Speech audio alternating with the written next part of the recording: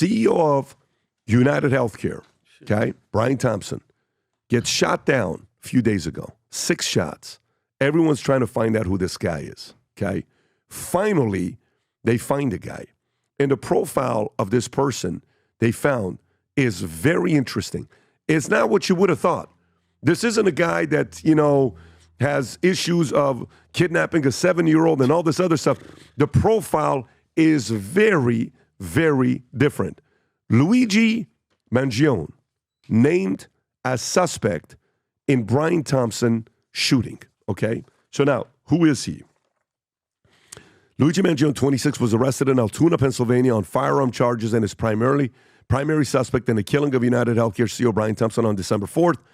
Found out at McDonald's, Mangione was carrying a ghost gun that may have been 3D printed, a silencer, and a fake New Jersey ID matching one used by the shooter. Police also discovered clothing matching the gunman's attire and a manifesto expressing anger at, ready, the healthcare industry and corporate profits.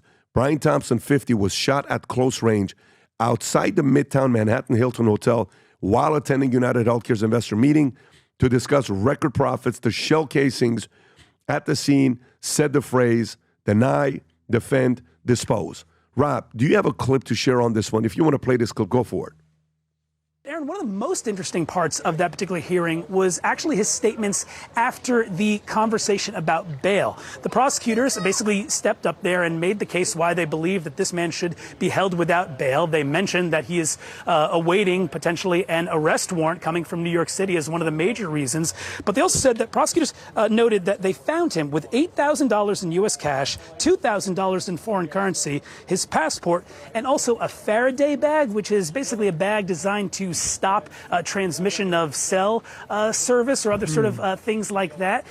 At the end of his speech, the prosecutor's speech, Luigi Manion said, I actually want to address 2 of the things that you said. He said, I don't know where that money came from. I'm not sure if it was planted. And then he also said that that bag was waterproof.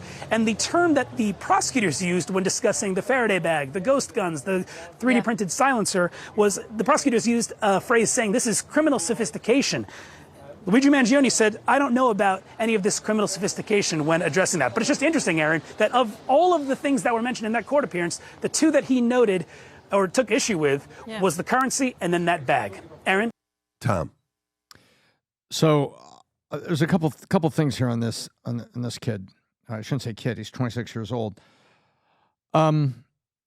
Wall Street Journal had a story that really caught my eye, so I dove into it. I've been reading like everybody else is. I'm looking for facts. I'm not looking for wild conclusions. And said he was a Ivy Leaguer with anti-capitalist leanings.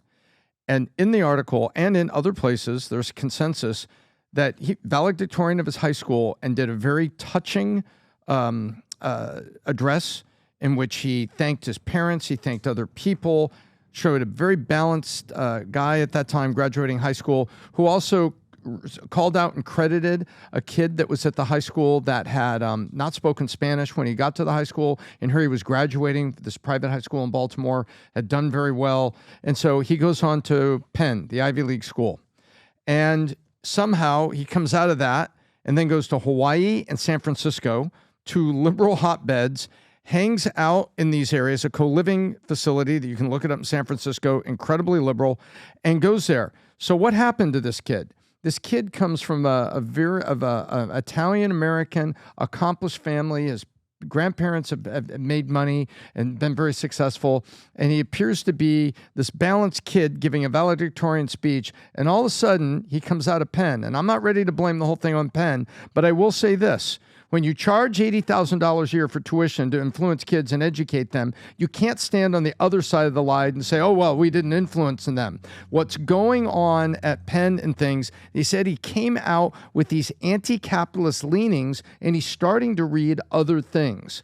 And so I look at it and I think this is a horrible, horrible tragedy. Who knows what flipped his switch to be able, as a balanced kid, to walk the street that day, lie in wait for Thompson and pump several shots into him. Not one, not impulsive, but to stand over him and keep firing. Who knows what flipped that switch? But I am deeply concerned because I see a before and after, and I don't think you can run from the influence that college had on him and where he chose to go after college to hang out in San Francisco and then in Hawaii. Hawaii, maybe he's out there for the sun and all that, but he went to San Francisco in this area.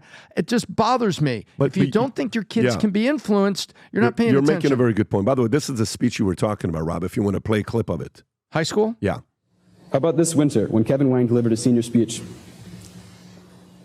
As Kevin moved to America and joined our class in 9th grade, English isn't his first language. This is him, by the way. But that didn't stop him from delivering a both hilarious and thought-provoking speech about his transition to the United States. How about Ray Saunders leading Gilman's first-year cybersecurity team? Even competing against hundreds of veteran teams, the Gilman squad managed to advance to the state and then regional championships. All of these endeavors took a huge amount of courage. They demonstrate that the class of 2016 truly has the fearlessness to explore new things and the obvious ability to excel. But as inventive as the class of 2016 is, our class was able to explore the new while also preserving the old. You can pause it right there. I mean, obviously, he seems... Rob, can you pull up who his parents are? Who are his parents? Who are his parents? Because if you type in his parents, I'm curious to know if we have anything about his mom and dad, what they do and what they did. At 26 years old, I mean, at this point of the game, the people that are investigating this, you should learn all this stuff. As far as it was when sprawling family found success after patriarch rise go a little lower. His grandparents were very successful, apparently. Can we see it? Nick Mangione was reported when questioned, he had purchased a high-profile local country club in the 1970s. That's the grandparents. They asked me what family I belonged to. I told them I belonged to the Mangione family. Mangione family of Baltimore County. The patriarch of a sprawling Italian-American family who died in 2008 was a self-made multimillionaire real estate developer who owned country clubs, nursing homes, and radio stations while supporting an array of civics causes. His descendants, he and his wife, Mary, had 10 children, went on to be successful in their own right, including excelling in athletics at Loyola University and taking over the family businesses, while grandchild is a state delegate. One of his 37 grandchildren is now a person of interest, one of the 37. So good family. They've done right. They've raised them well. 26-year-old father led Mangione Family Enterprise, was himself off to prominent start, valedictorian, 2016, Gilman School graduate, University of Pennsylvania. Is that Penn? Like the Penn? That's Penn. Penn. Okay. So number 2 Ivy League rank right now. And by the way, I wouldn't really put Penn as the furthest left Ivy League school. No, so Brown is the furthest that's left, right. But it's small Rhode Island Sure, school. for sure. So now Louis Mangione was taken into custody. So I don't know if I can put this all on Penn here, Tom. For questioning Monday morning after recognized Atlanta President, late Monday, Manhattan prosecutors filed in a statement post late Monday on social media. The family said it could not comment on the report. We only know what we have read in the media. Even the family is saying this. We only know what we read in the media. Our family is shocked and devastated by Luigi's arrest. We offer our prayers to the family of Brian Thompson, and we ask people to pray, all involved, the family wrote. We're all devastated by the news. Thompson's killer allegedly wrote those words. And by the way, when they asked kids who knew him from school, they said, this was the boy, I set him up with a bunch of my girlfriends because he was the guy you wanted to date your friends because he was such a good guy that he was that guy. So what flipped, by the way, I'm telling you, a movie I went in and I walked out and I told Mars, we went with 25 of us. And at 41, 42-minute mark, I'm like, I'm out of here. The movie Joker with Joaquin Phoenix. The first one. Well, not the bullshit one they did with whatever. The musical. Musical with, what's her name? Not this one, Rob, the first one. Yeah, the first one. Yeah. Was Heath Ledger? No. This is Joaquin Phoenix. You're thinking Batman. This is just Joker. Yeah, this is Joker. Yeah. Joaquin Phoenix, which to me is just one of the most underrated.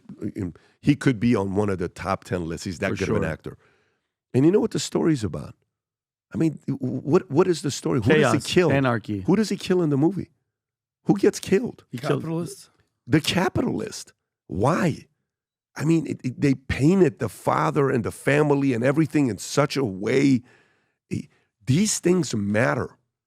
These things matter. You're pinning people and you're inspiring people. Now, I think once they get to the bottom of it, if the family responded that way, guess what we know? It's definitely not that one of their family members didn't get the proper care they needed from health insurance or hospital. Fair? Because if the family says that, we're so disappointed and shocked, so then could it be a girlfriend? Could it be a friend? Could it be somebody that's a coworker? Could it be an influence? Could it be somebody? It's very interesting. And by the way, who knows what some of these things could be with this guy. But if I could follow up. So Pat said something important. I want to make sure I clarify it. He said, you can't put this whole thing on pen. I'm not. Here's what I am saying. In 4 years from that speech to when he graduated, he changed slightly. And then 3 years later, he's capable of an amazing premeditated capital murder. There's something going on. When did he graduate from Penn? When he was 18 and a half years old, according to his birthday. So he graduated from, Penn. excuse me. Penn, not high school. 22 and a half, going on 23. Okay, so and that was 26. 3 years ago. It is. What I want to know is what happened the last 90 days. And that was my point about what flipped, what switch flipped.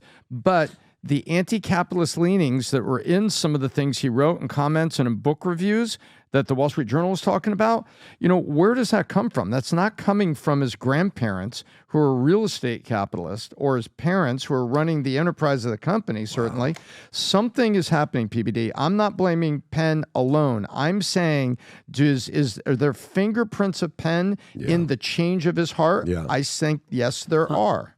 I have a sort of a slightly different angle here because I think it highlights the inefficiencies and how messed up our healthcare system is and what they describe as sick care.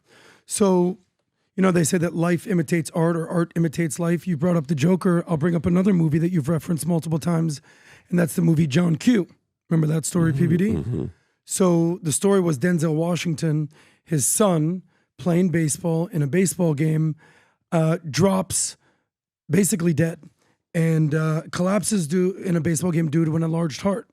So when he goes to basically see if the insurance company and the coverage will cover the heart transplant, they do not. And he doesn't have the money and he's denied. And he basically, it sort of highlights, and this is sort of the point here with this guy, the drastic measures that family members, parents in particular, will take to care for their kids or their loved ones.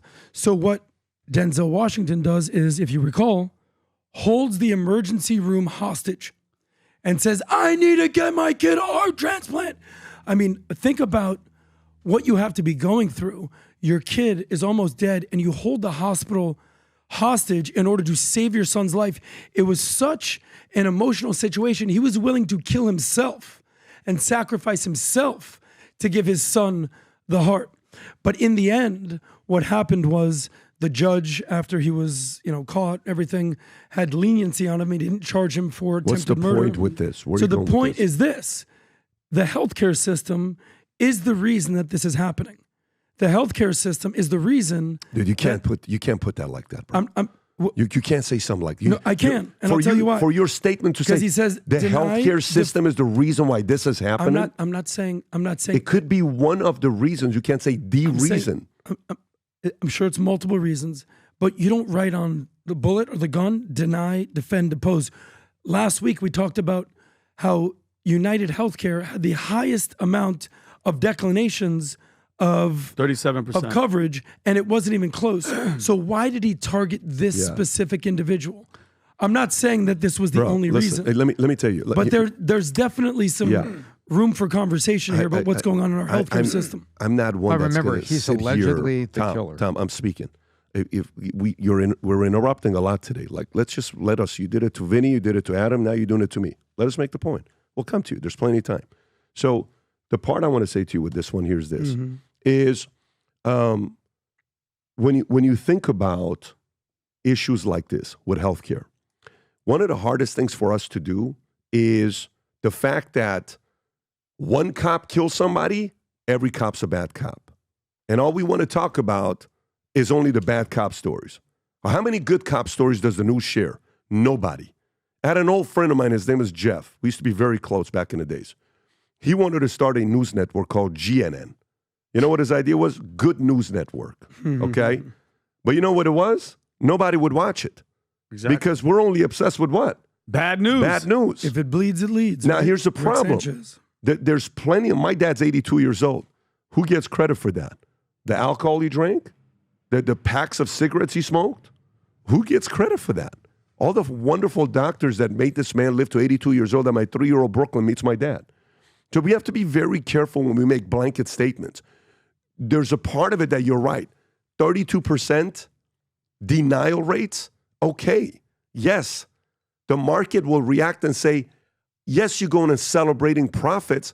Dude, what the hell is wrong with you guys denying 32%? While the industry average is 16%. What is the matter with you to do 32% denial? That has to be investigated.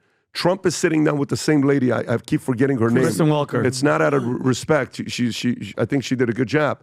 You said Crystal or Kristen? Kristen Welker. Kristen Welker does the interview. Yeah. And you know what he says? Here's what he says. She asks him a question and says, hey, out of curiosity, what's going to happen with healthcare? Are you going to autism and all this stuff? And Trump says, we have to look at it. He says, you know what I did the other day? He says, the other day at Mar-a-Lago, matter of fact, I called everybody. I called Bobby Kennedy, and I called all the CEOs of the big pharmaceutical companies. I said, we got to figure this thing out. He says, you know what I learned? He says, it's not even the pharmaceutical companies that are making all this money. There's a lot of middlemen that are also making a lot of money. Whatever it is, first of all, the pharmaceutical companies make a lot of money. I think that part has to be set aside. Well, so what happened with Pfizer? Yeah, we have to figure this thing out. COVID vaccines made Pfizer a lot of money. No shareholder of Pfizer is sitting there saying their wealth, especially the people that own a lot of money, their wealth wasn't positively impacted by COVID, that were forcing. What percentage of Americans took the vaccine? 67%? Can you pull up what percentage of Americans took the vaccine, Rob? What percentage of Americans took the vaccine? Was it cheap? Was it free? Was it for nothing? 70%. Okay, now it's 81% of the population took at least, took at least one dose. Overall, 230% was fully vaccinated. It was 67%. Now it's 70%. You know what that is? That's 230 million customers. You tell me what business isn't going to do good with 230 million customers. That part of it, for sure, we have to investigate. Coming back to this kid, Tom, if it's not family, if it's not like I wouldn't have looked at who he followed, because you guys told me before, Pat, I think he followed you on Twitter. He did follow me on Twitter. If you want to pull up who this guy followed on Twitter, Rob, very interesting, okay? I think his account you said was Pep Mangione. So it's not that one. Is it that one? Yeah. Okay, go to followers and zoom in so we can see who he follows. From the top, Rob, from the top. So Ezra Klein, columnist from New York. Okay, got it. Leopold, don't know. Zuby, our guy. Arrowwood Center, Zuby, keep going. Beth, Naval, okay, Naval, very interesting guy. Nassim Taleb, which is the book he wrote, which Skin in the Game. So why would he follow Nassim Taleb? Somebody who follows Nassim Taleb wouldn't do something like this, because Nassim Taleb said everyone's got skin in a game, right? Then you go Sam Altman parody. Then he follows the real Sam Altman. Then Levi Liso, Edward Snowden, he follows. Okay, AOC, he follows. Keep going. So who else we got? Jonathan Haidt, who wrote the book. He wrote the book Anxious Generation, Tom, which we highly recommend everybody read. Maybe he was going through something with anxiety that we don't know about. Why is he following that guy? He's following me. He's following Bobby Kennedy. Bobby Kennedy, vaccine, and he only followed 70-something people. Brett Weinstein. Yeah. Brett Weinstein is a good voice for society, right? Keep going. So you're Jonathan, keep going. John McAfee. Now, interesting, that one right there, right? John McAfee. Keep going lower, keep going lower, keep going lower. Steve O, Rogan. Joe Rogan. Okay, Dragon Believer. Alexander, William Costello. You got Ali Abdal. Matthew Johnson, psychedelic scientist. Keep going. James Clear, one of the best books of all time. Guy sold millions of copies, called the Atomic, I think it's called Atomic Habits. Chris Williamson, Net Positive to Society. Andrew Huberman, Net Positive to Society. The Coach. Phil Jackson, The Coach. Trevor Noah, the comedian. Keep going. Matt Walker, Michael Pollan. I'm sorry, is that the comedian or no? No, but it's just keep going. Funny. Is that it? That's it. So, I mean, Tom, Who could influence him from 23 to 26 to make something like this happen that's not related to family? 23 to 26, your influences, are going to be beyond family. And FBI profilers and people can talk about the cases that were in the UK, the radicalization of young men in their early 20s by the clerics that were in London. You have an external mentor. So you as an adult are like, okay, I'm spreading my wings a little bit. You have family as foundation, but now family is not influencing you as much anymore. Unless you're working in your dad's business, you remain super close. Now you're out there in society, and who are your associations? We tell people all the time, watch your associations. The 5 people that are closest to you have the greatest, in terms of parallels in life, or there's going to be 4 or 5, they say, that have great influence on you. So between 23 and 26, you're going to have a guy who is external influences. Now we're going to be influencing you more than family, along with the maturation of the mind through college into that adult state. So I don't know that list there tells us a lot, because I don't see radicals on that list. I don't see, I see a couple. I saw Richard Dawkins on that list. I don't see like hard radicals on that list. So the question is, beyond who he's following on social media, and by the way, how intense was he on social media? You got to understand people's intensity. Was he there 4 hours a day, 40 minutes a day, reading Rob, did everything? he tweet anything, Rob, or no? There's a difference there. So I want to know, who were the core influences taking up the majority of idle hours that were on his mind and in his ear? That's what I want to know. And that's what FBI profilers will tell you they want to know. And he didn't say, and by the way, he didn't say one word to anybody. But the only thing that strikes me odd is that after 3 hours, Twitter discovered who this guy was. We knew his entire life, backstory, family ties, education, everything. Donald Trump's assassin, whatever, Thomas Crooks, had 6 cell phones, and we still don't know anything about that guy 5 months later. So it's just kind of weird, Tom. Who did influence this guy? Who talked in this guy's ear that made him go and shoot? Because this doesn't make any sense to me. This guy looks like a good kid, good family, and then all of a sudden this lone guy goes out there and starts shooting. It's kind of suspect. May I give a little bit of a explanation, or maybe even pushback to what you said? PBD, I do agree blanket statements don't help anything. So I'm not here to figure out what this guy did. Of course, he wrote the key word to any shooter, a manifesto. We understand that thing. But here's what I will say about the healthcare system and why I'm doubling down on it. So the whole deny, defend, oppose thing, there's a reason that he picked the UnitedHealthcare CEO, who has double the industry average of decline rates by insurance companies. So do you know what the number one reason for bankruptcy is in America? Health. It's not job loss. It's not divorce. Yeah. It's not the economy. It's not credit card debt. It is medical expenses. So if you get sick and you don't have coverage and you get this massive bill, what do you say, 64%? 64% of bankruptcies are due to medical bills. Bingo. Yeah. So there's something there. Number could have changed, but that was 2 years ago. There's something there. So I don't know what happened with this guy, but something tells me it had to do with declining coverage. For me, I think school, for sure, influence, right? I think this, for sure, influence. I think all of that is influence, but I don't know if any of that is one. I want to know what happened the last 90 days to this guy. I'm going through all his tweets. His tweets would be somebody who's a libertarian. That's what he sounds like. This guy sounds like a libertarian, that's tweeting stuff out, that he is, interested in health and different types of things, but nothing do I see a pattern of this guy's about to go do something. Well, you've said something very important. I think you should explain. Your history loads the gun. What's that whole story? Yeah. Explain that, please. Yeah. Where I interviewed this guy, who is historically, he was the first person that, in Jim Clement, he was the first person that would interview someone that killed their spouse. Or somebody like that. And he said, this guy right here, very interesting story. Now, he was a New York State prosecutor, former FBI profiler. He said there were 3 parts to it, right? He says genetics loads the gun, personality and psychology aims the gun, but experiences pulls the trigger. I want to know what happened last 90 days. Yeah. Something happened last 90 days. There's no way in the world anybody who's normal can have some thoughts in their minds. course. Okay, you know how you ever seen that movie, Horrible Bosses? You know Horrible Bosses, where there's a moment where what's that actor Charlie Day. who is working for Kevin Spacey? Kevin Spacey. And in his mind, he says, "Yeah, I've decided who I'm giving a promotion to. Yeah. I'm giving a Myself. promotion to myself, and I'm breaking this wall, right?" And there's a scene where what is that guy's name? The guy Charlie Day. It's Rob, go up a little bit, Rob. Jason Bateman. Jason and it's Bateman. Jason Bateman Sudeikis. grabs Kevin Spacey and throws very him out hot the window. Jennifer Aniston, yeah. And you're thinking that's the move. That's what happened. No, it's in his mind. It was a right? dream, yeah. We all have those types of thoughts on our mind sometimes. on what we PBD, I wanna want to do. assure you, I never have those thoughts, Yeah, sir. you're funny. We are in that season. Month of November was incredible for us with the amount of people that are wanting to sport the Future Looks Bright gear. I want to give a shout out to all of you guys.